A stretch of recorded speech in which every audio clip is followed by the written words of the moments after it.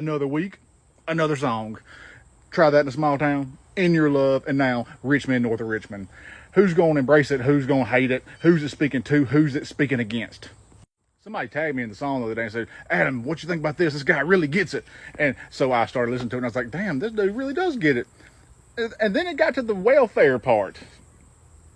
I mean, if you're 5'11" and on welfare, can you buy fudge rounds then, or is it still a no-no?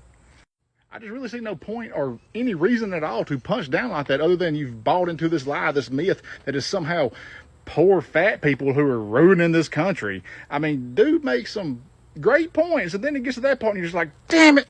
And it's kind of weird seeing conservatives embrace the song too, especially, because it's got that worrying about minors instead of minors on an island, because I've seen one conservative post about it on Facebook that I know for a fact. I've seen him post about Epstein's Island, and I've also seen him post when the miners in my area were on strike. He was posting about how they just needed to get back to work and be thankful they had a good job. Well, we've got some good paying jobs in Alabama, but how do those jobs get here? How do those businesses get here? Alabama's a right to work state. Alabama is very anti-union, anti-worker. And the state will give these corporations millions, billions in tax breaks, tax cuts to come here and give these people good paying jobs. But the state is going to get their money somehow from all those tax cuts. So how do they get it? It's the workers who get saddled with paying what the corporations should be paying. But yeah, let's worry about some fat dude who's poor and buying fudge rounds. If you're furious about somebody getting less than $20,000 from the government, wait till you find out about these corporations who are getting millions from the government. The problem is corporate welfare. Corporate welfare is what's milking us dry.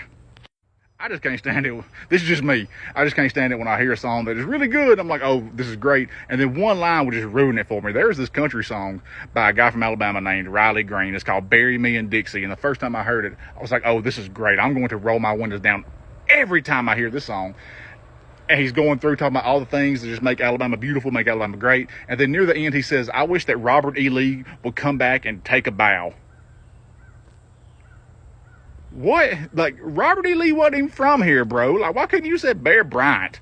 Why couldn't you have said Davy Allison? I mean, shit, at least pick a actual Alabama hero.